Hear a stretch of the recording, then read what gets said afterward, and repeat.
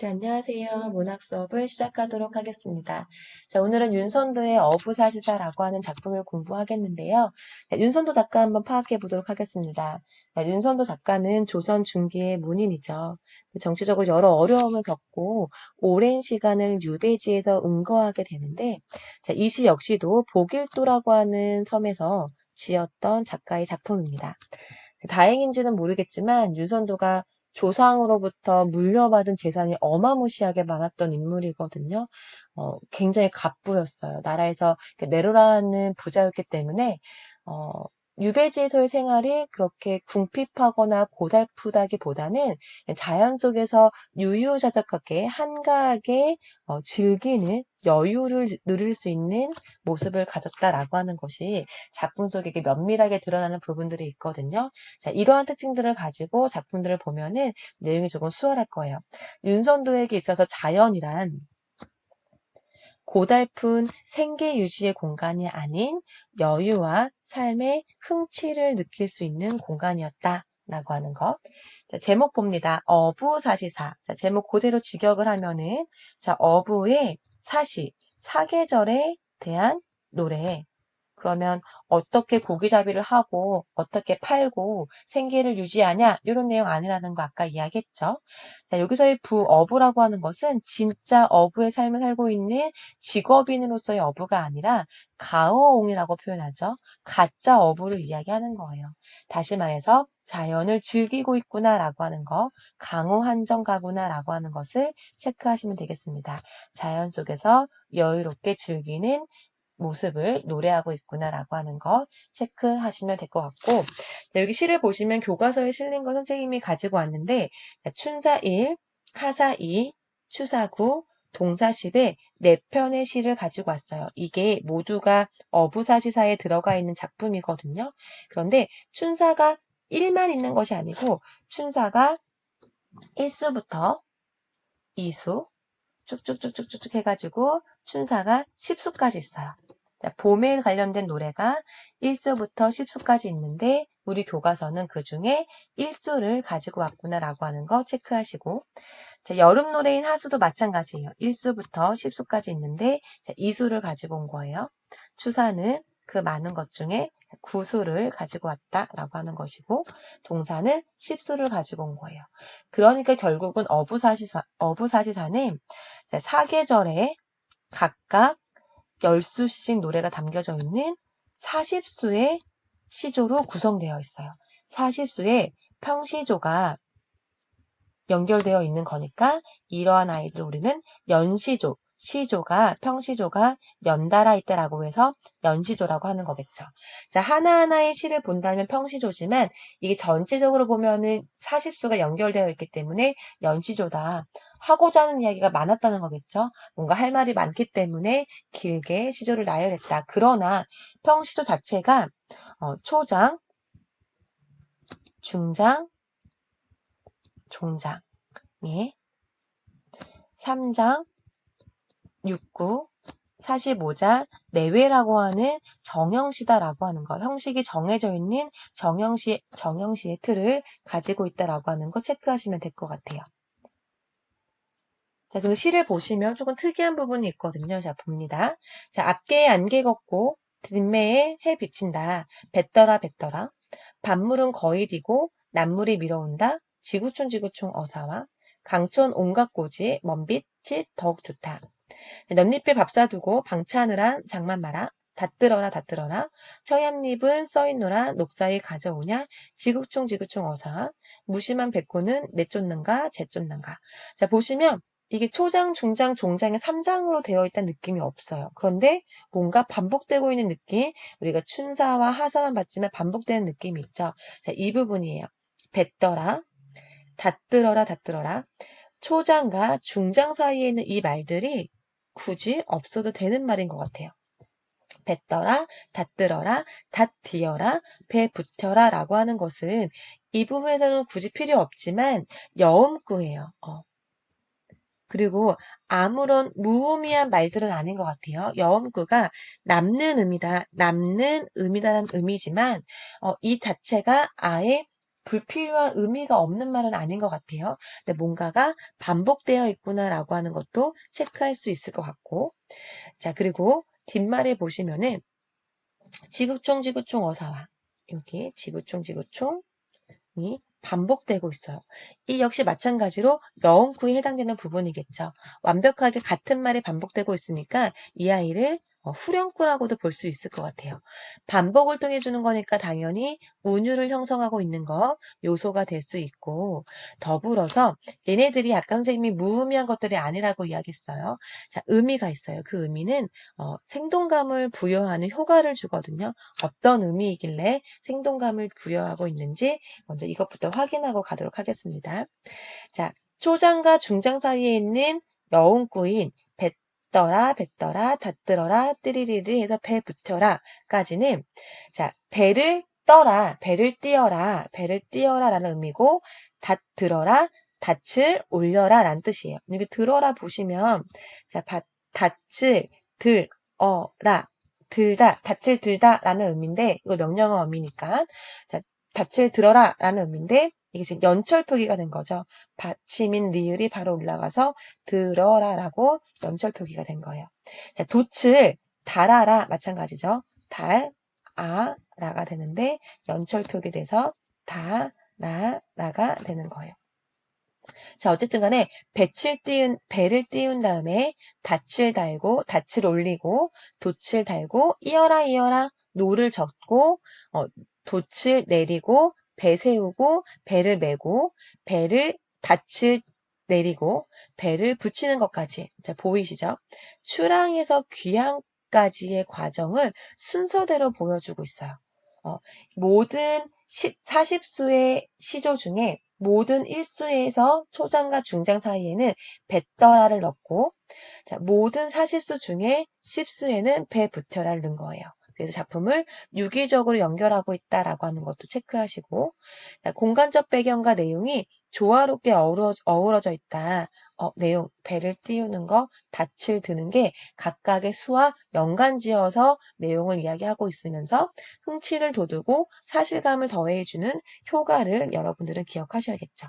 아까 선생님이 사실감을 더한다, 생동감을 준다, 배를 띄우면서 출항하면서 배를 붙이는 과정까지의 그 모습을 생동감과 사실감을 주고 있다라고 하는 거 체크하시면 되겠습니다.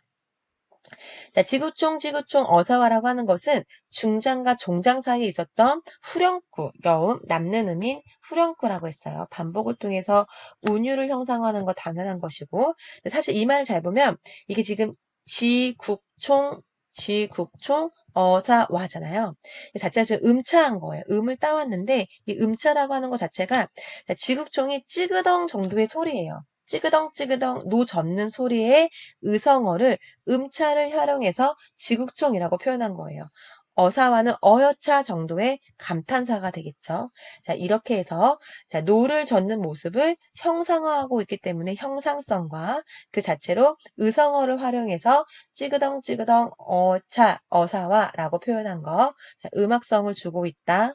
그리고 이것이 반복함으로써 운율을 형성한다라고 하는 거 체크하시면 되겠습니다. 자, 전체적으로 이해가 되셨나요? 다시 말해서 자, 어부사시다라고 하는 시는 형식적인 면에서는 정격 시조가 되는 거겠죠. 정형성을 띠고 있는 정형시. 자, 시조 중에서도 평시조가 나란히 있는 연시조에 해당한다라고 하는 거 체크하시고 내용은 제목에서도 알 수 있듯이 어부의 사계절의 모습을 노래로 담고 있는 부분이니까 아까 이 어부가 생계 유지를 위한 어부가 아니라고 이야기했어요. 자연 속에서의 여유로운 한가로운 모습을 담고 있는 강호 한정의 내용이겠구나라고 하는 거 체크하시면 되겠습니다. 자, 본격적으로 내용 파악해 보도록 하겠습니다. 자, 춘사 1, 이제 출항하는 모습이 담겨져 있는 스타트, 시작하는 부분이구나 라고 하는 거 체크하겠습니다. 자, 앞개에 안개 걷고 뒷매에 해 비친다. 뱉더라. 밭물은 거의 디고 남물이 밀어온다. 지구총 어사와 강촌 온갖 고지 먼빛이 더욱 좋다. 네, 내용 보면은 자 앞에 있는 개에 갯벌이겠죠. 자, 앞에 있는 갯벌에는 안개가 거쳤대요. 그리고 뒷산에는 자, 해가 비친다. 아침이 되었구나. 그러니까 어떻게 해야 돼요? 배를 띄워야겠죠. 이제 출항할 거예요. 자, 반물이라고 하는 것은 썰물을 이야기하는 거예요. 출항해야 되는 게 썰물은 거의 빠졌대요. 거의 지고 남물이, 자, 밀물이 밀려온다. 그러니까 우리 이제 출항하자라고 하는 거. 자, 강촌이라고 하는 것은 어촌 마을을 이야기하는 거겠죠. 다시 말해 지금 화자가 머물고 있는 은거하는 곳, 작가라고 파악한다면 이것이 윤선도의 모습이라고 파악한다면은 복일도가 될 것 같아요. 강촌에 온갖 고지, 고지라고 하는 것은 곧 주격조사 이가 붙은 거예요. 지금 연철 표기돼서 고지가 되는 거겠죠. 자, 온갖 고지, 이 곳이 뭘 것 같아요? 꽃이에요. 온갖 꽃이 먼 빛이 더욱 좋다. 멀리서 빛으로 바라보니까 이 빛깔이 더욱 좋구나. 좋다. 현대어로 풀이하면 좋다 정도가 되겠죠. 자, 빛깔 정도가 될 거예요. 빛이 더욱 좋다라고 표현하면 되겠습니다. 자, 보시면, 자, 앞게 모모하고, 모모에 모모한다. 반물은 모모하고, 남물이 모모한다. 모모는 모모하고, 모모는 모모한다. 자, 대구법으로 되어 있죠. 문장의 구조가 반복되고 있는 것이니까 여기서는 뭐 운율을 형성하는 것은 당연한 거고, 자, 대구적인 표현으로 감각적으로 안개가 거치고 해가 비치고 반물은 빠져 있고 남물이 밀려오는 모습을 형상화하고 있다라고도 파악을 하시면 되겠습니다. 자, 춘사는 봄의 노래가 되는 거잖아요. 자, 봄의 노래.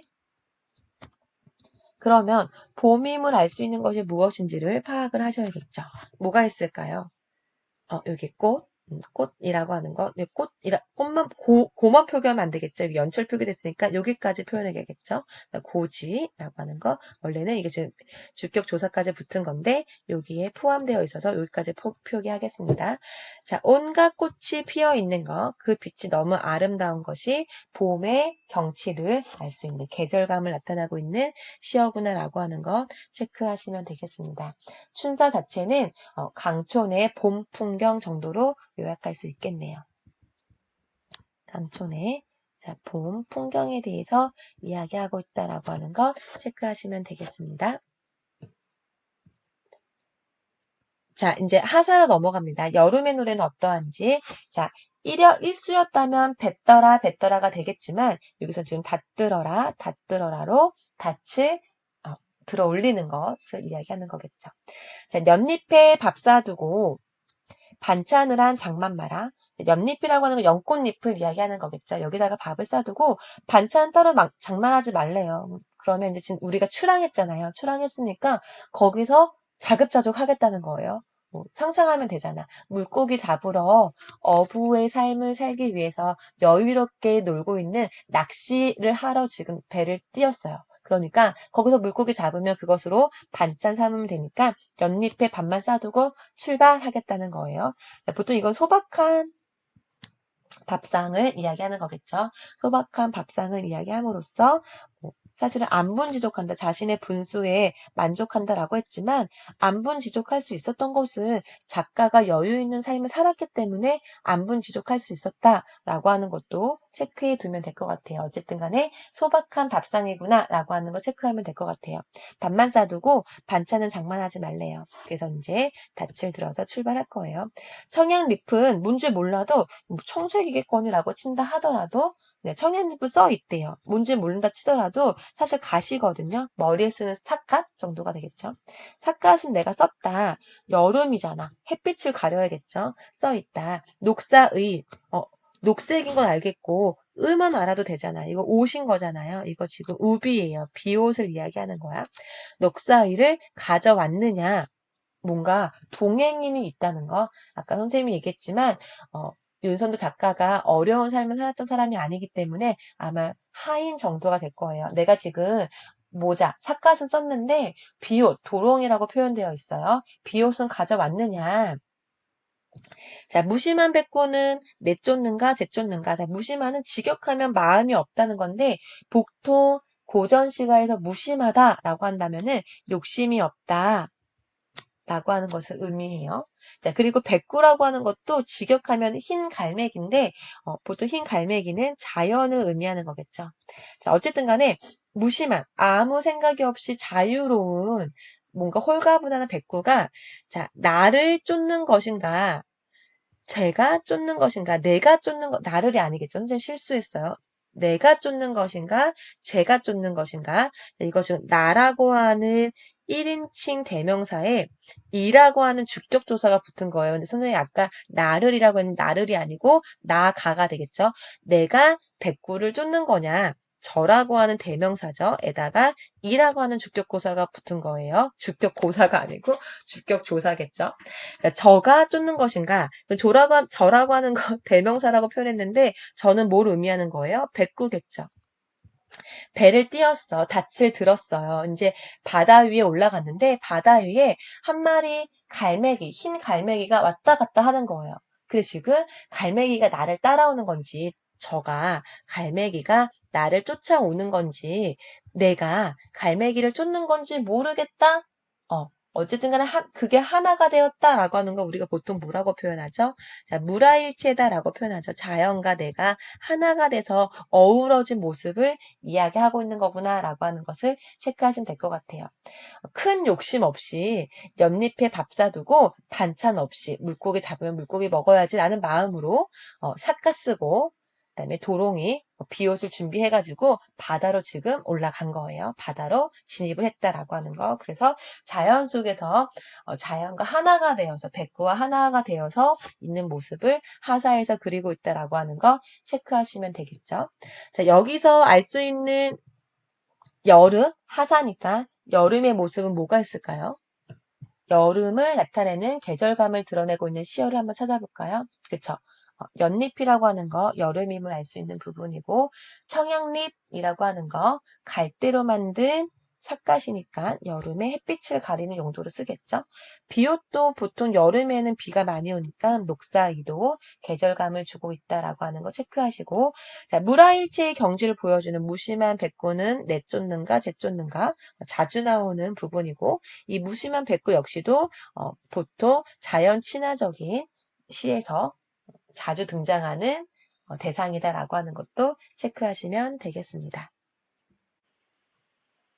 자, 추사구는 가을 노래가 되겠죠. 가을에 있는 노래를 구라고 표현했으니까 거의 추랑이 아니고 기항이겠죠.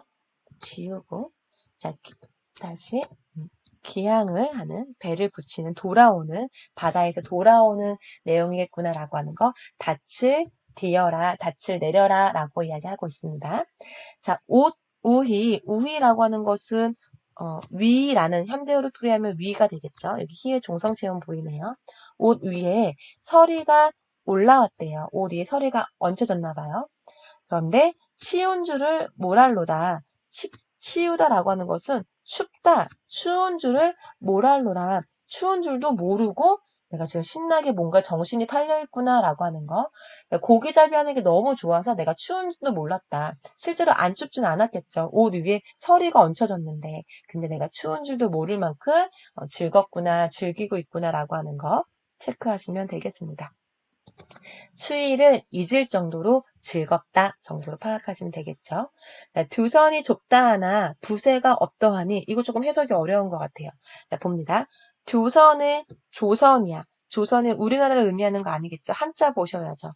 자, 조선은 조자가 낚을 조자거든요. 그러니까 낚시 배가 되는 거죠. 이거 배선자니까 낚싯배가 좁다 하나 이거 좀 좁아요. 그러나 부세가 어떠하니? 자, 부세를 직접적으로 보시면은 이게 뜰부자에다가 세상 세자잖아요. 세상이 떠 있다라고 하는 것은 덧없다라는 의미겠죠. 덧없는 세상. 그러면 이 자체가 지금 낚싯배가 좁기는 하지만 부세를 덧없다라고 표현하니까 얘를 지금 부정적으로 보고 있구나라고 하는 것을 체크하시면 될 것 같아요. 덧없는 세상과 어떠하니? 무슨 말이야? 덧없는 세상과 비교해 봤을 때 비교하니 어떠하냐라고 묻고 있어요. 그러면 무엇을 선택할까요? 화자는 당연히 속세가 아닌 자연에서의 삶을 이야기하는 거겠죠. 낚싯배가 좁긴 하지만 세상과 비교했을 때 이게 훨씬 좋아. 낚시하는 즐거움을 이야기하고 있는 거예요. 속세를 떠나 속세와 비교도 안 되는 좋은 낚시의 자연에서의 즐거움에 대해서 이야기하고 있구나. 것을 체크하시면 되겠습니다. 자, 얼마나 좋냐면은 내일도 이러할 거고 모레도 이러할 거래요. 내일도 이렇게 뱃놀이 할 거고 모레도 뱃놀이 하겠다 하다라고 하는 거 아래 하자 써서 지내다 내일도 이렇게 지낼 거고 모레도 이렇게 지낼 거다라고 하는 거 속세를 잊고 낚시를 하는 즐거움에 대해서 이야기하고 있다라고 하는 거 체크하시면 되겠습니다. 여기에서 추사의 느낌을 봄을 주는 느낌은 뭐가 있을까요? 그쵸? 여기 서리가 내리는 거 완전한 겨울은 아니지만 가을의 느낌을 주고 있다. 약간 춥기 시작한 것도 가을의 느낌을 주고 있다라고 하는 것을 체크하시면 되겠습니다. 자, 마지막으로 동사 보도록 하겠습니다. 동사니까 겨울의 노래를, 겨울의 흥취를 나타낼 테고 10이니까 귀향에 배를 붙이고 집으로 돌아가는 모습이 나타나겠죠. 자, 어와 저물어 간다. 연식이 마땅토다. 어와 감탄사. 아이고, 우와 정도가 되겠네요. 저물어 간다. 뭐가? 날이 저물어 간다. 그러니까 시간적 배경이 저녁임을, 기항을 해야 되는 시간임을 나타내고 있죠. 우리 아까 맨 처음에 춘사에서 자, 해가 비친다라고 하면서 아침이어서 출항하겠다라고 하는 부분이 드러난 부분이 있었는데 여기서 지금 겨울이 아니고 저녁이 돼서 배를 붙이며 기항하는 모습을 드러내고 있다. 자, 날이 더물어가니까 어떻게 해야 된대요? 연식이 마땅하다. 뭔진 모르겠지만 이렇게 하는 게 마땅하대요. 연식 뭐 하겠다는 거? 쉬겠다는 거예요. 휴식을 취하겠다. 안식을 취하겠다는 것이 마땅하다. 이 사람 지금 생계를 위해서 열심히 고기잡이를 하느라고 고달프고 힘들어서 피곤해서 쉬겠다는 게 아니고 열심히 고기잡이 하느라고 노느라고 낚시하느라고 힘들었으니까 쉬자라고 하는 거. 이 사람에게 있어서 고기잡이는 일이 아니라 취미예요. 놀고 있는 것이고 즐거운 모습인 것이고 여유 있는 모습이구나라고 하는 거. 쉬는 게 마땅하다. 자, 가는 눈 뿌린 길 붉은 곳 흩떠딘데 흥치며 걸어가셔. 이거 약간 시조의 기본적인 정형성을 탈피하고 있는 부분인 것도 보이죠. 글자 수를 음수율을 맞춰야 되는데 많이 파괴된 부분인 것 같아요. 자, 가는 눈, 가느다란 눈이 흩발리는 거 지금 겨울이구나라고 하는 모습 파악할 수 있을 것 같습니다. 자, 가느다란 눈이 뿌린 길에 붉은 곳 흩어져 있대요. 곧이라고 하는 것은 지금 현대어로 하자면은 꽃이에요. 근데 우리 아까 봤는데 봄에서 꽃을 표기할 때 고지라고 해서 지읒이 이렇게 올라갔거든요. 이 아이의 기본형은 곧이 맞아요. 그래서 얘가 단독으로 이 글자는 고지인데 이게 지금 표기가 될 때에는 우리 뭐 중세국어 때 배웠는지 모르겠지만 팔종성법에 의해서 시옷으로 표기를 해야 된다라고 하는 거. 자, 붉은 곳 흩어진 데 흥치며 걸어가셔. 자, 붉은 꽃이 흩어진 데를 흥겨워하며 걸어간대요. 이 사람 지금 지쳐서 어깨 축 처져서 힘들게 걸어가는 게 아니고 여전히 흥겨움이 있다. 화자의 정서를 알 수 있는 부분이고 아까도 얘기했지만 흥취가 남아있어요. 지금 삶이 고달프고 힘든 거 아니야. 잘 낚시하면서 잘 놀다 왔어. 그래서 그 흥겨움이 남아서 집으로 걸어가고 있대요. 근데 그 길이 어때? 가는 눈이 흩발리고 있고 그곳에 붉은 꽃이 흐드러져 펴 있다라고 하는 거. 근데 이게 진짜 꽃이 붉은 건지 아니면 지금 저녁 시간인 거잖아요. 그 석양으로 인해서 꽃이 붉게 비춰진 건지 모르겠지만 액면으로 있다면은 눈발이 흩날리고 있고 그곳에 꽃이 흐드러져 펴 있다 정도로 파악하시면 될 것 같습니다. 자, 흥겨워하며 걸어가서 뭐 할 거냐면은 송창에 빗겨 있을 거예요. 송창이라고 하는 것은 소나무, 창문? 소나무가 비치는 창문 정도가 되겠죠. 이거에서도 여유 있는 모습, 안식을, 휴식을 취하는 연식을 하고 있는 모습이 나타나 있구나라고 하는 거 체크하시면 될 것 같아요. 자, 셔럴이라고 하는 것은 눈설자잖아요. 겨울임을 알 수 있는 단어구나라고 하는 거 체크하시고 겨울밤, 달이에요. 겨울달, 밤이 되겠죠. 겨울달밤, 서산 봉우리가 되겠죠. 서산이 넘어가도록 송창을 비껴 서 있자라고 하는 것은 그냥 겨울밤에 눈 내리는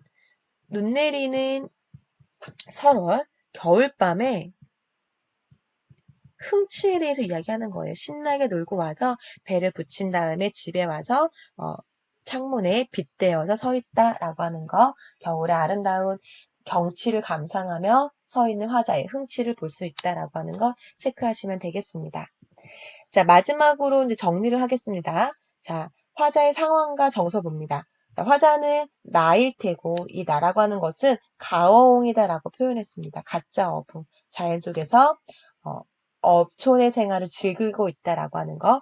어촌에서 자연을 즐기며 한가롭게 지내고 있기 때문에 가어옹이다라고 표현했어요. 자, 그렇기 때문에 화자의 정서는 어지러운 인간 세상, 아까 뭐라고 표현했죠?